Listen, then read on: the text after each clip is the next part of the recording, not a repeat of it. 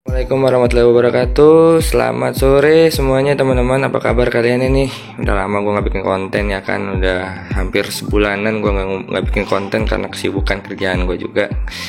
Oke, sebelum masuk ke topik pembicaraan, gue mau nyapa kalian dulu nih. Gimana kabar kaliannya? Semua sehat? Alhamdulillah. Kalau ada yang sehat, kalau sedang ada yang sakit, semoga diangkat penyakitnya dan diberi kesembuhannya, dipercepat.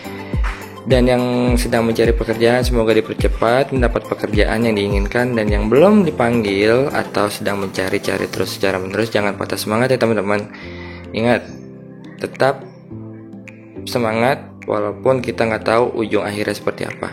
Nah, di topik kali ini, kalau kalian melihat Supra bapak gue sedikit caur, sedikit berantakan, ini berawalnya dari kepo sih gue sebenarnya. Kepo dalam artian motor kan hampir 6 bulanan gue pakai buat daily warawiri kemana-mana gitu, karena bokap gue juga udah capek ngurusinnya dia, dan ditambah juga bermetik biar nggak capek juga gitu. Nah, di kesempatan kali ini sebenarnya kerusakannya nggak parah teman-teman Supra bapak gue. Ini Scorpio juga, ini Nuvolele juga. Nah, kalau bagi kalian yang bertanya kok nggak ke bengkel, kok bongkar sendiri, kok ini sendiri, gue prinsipnya gini teman-teman, kalau masih bisa ada yang gue handle sendiri, gue handle. Cuman kalau gue udah mentok, baru gue nanya sama mekanik gue sendiri gitu. Teruntuk mesin kalau yang kelas berat kayak bongkar-bongkar segala macam, karena memang tools kit gue nggak lengkap, mungkin gue larinya ke bengkel, ke mekanik gue gitu. Kalau misalnya lengkap pun, kalau memang masih bisa gue nyanggupin buat bongkar sendiri, gue bongkar sendiri. Tapi gue nggak menutup kemungkinan bongkar di mekanik gue untuk sharing hal-hal, mau hal kecil atau hal besar, agar motor enak dipakai seharian.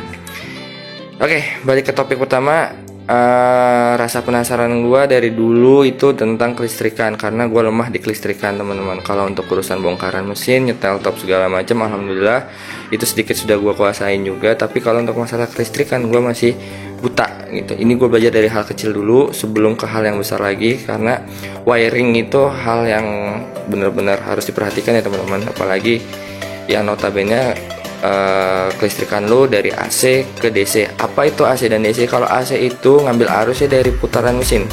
Kalau DC itu non putaran mesin tapi ngambil dari jalur aki itu sendiri, dan diwajibkan memakai lampu LED gitu. Tapi di sini kasusnya motor gue agak ngaco sebenarnya. Ngaco dalam artian ini lampunya LED sebelah kiri, sebelah kiri kalau dari hadapan ini, dan sebelahnya lagi bolam, karena memang gue pikir nanggung lah, ntar aja lah ganti LED-nya lagi gitu kan, mumpung masih ada yang masih bisa dipakai dulu gitu kan, dan sekalian gue mau ngidupin lampu-lampu gitu.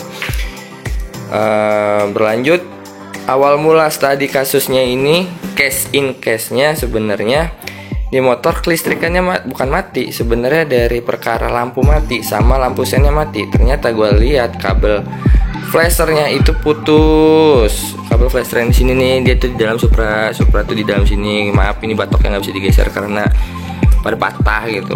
Nah, flashernya di sini dan dia akinya di sini. Nah, ini awalnya masih AC, gue urut kabelnya, ternyata flashernya kabelnya putus. Gue sambungin lagi, hidup, dan kabel kabel fitting lampunya ini memang rada-rada bermasalah kayak yang punya gitu. Terus kegabutan gue malah makin menjadi, karena gue pikir nanggung, kayak udah kepalang bongkar setengah jalan nih, masa iya cuman dibenerin gini doang gitu. Dan gue ngeliat ngegeratak di rak itu ada satu buah lampu. Nah, ini sebenarnya lampu boleh boleh gue palak nggak malak deh, kasih sama abang gue gitu. Jadi gue pikir daripada nganggur ini lampu gitu, ngegeletak sono kemari, nanti ujung-ujungnya hilang gitu, mendingan gue bikin sekalian DC. Nah, topik pembicaraan kali ini adalah gue mau ngebahas tentang merubah bagaimana caranya AC ke DC. Kalau dia ini udah semi DC atau DC, tapi bukan full base ya teman-teman. Semi DC dalam artian yang gue ngambil arus dari kontak, dari arus lampu.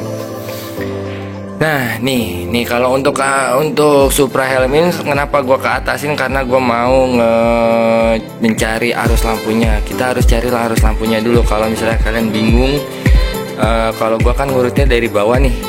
Kalau gue ya dari bawah baru ke atas. Kalau lu enaknya dari atas ke bawah pun juga is okay, no problem. Misalnya kayak gue nih kan, di sini ada lampu lampu apa sih namanya, stop kontak buat jarak jauh karena gue pakai model 3 in 1.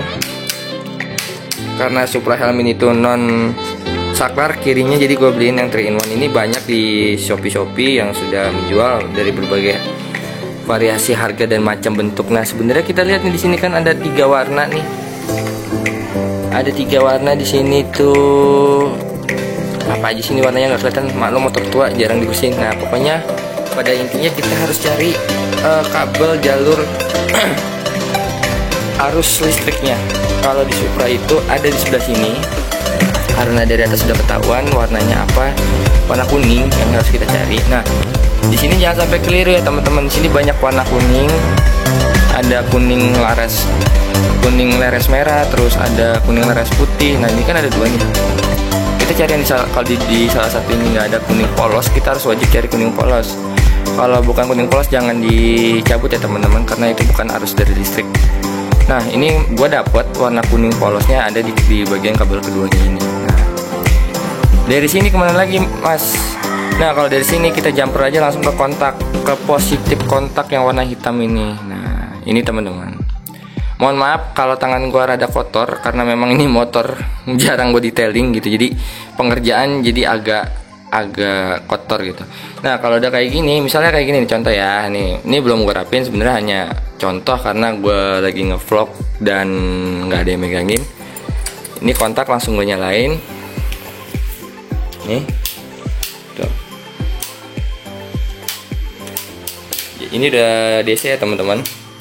Kalau dia nanya gue pakai lampu ukuran berapa, lampu yang RTD 6 cc warna kuning.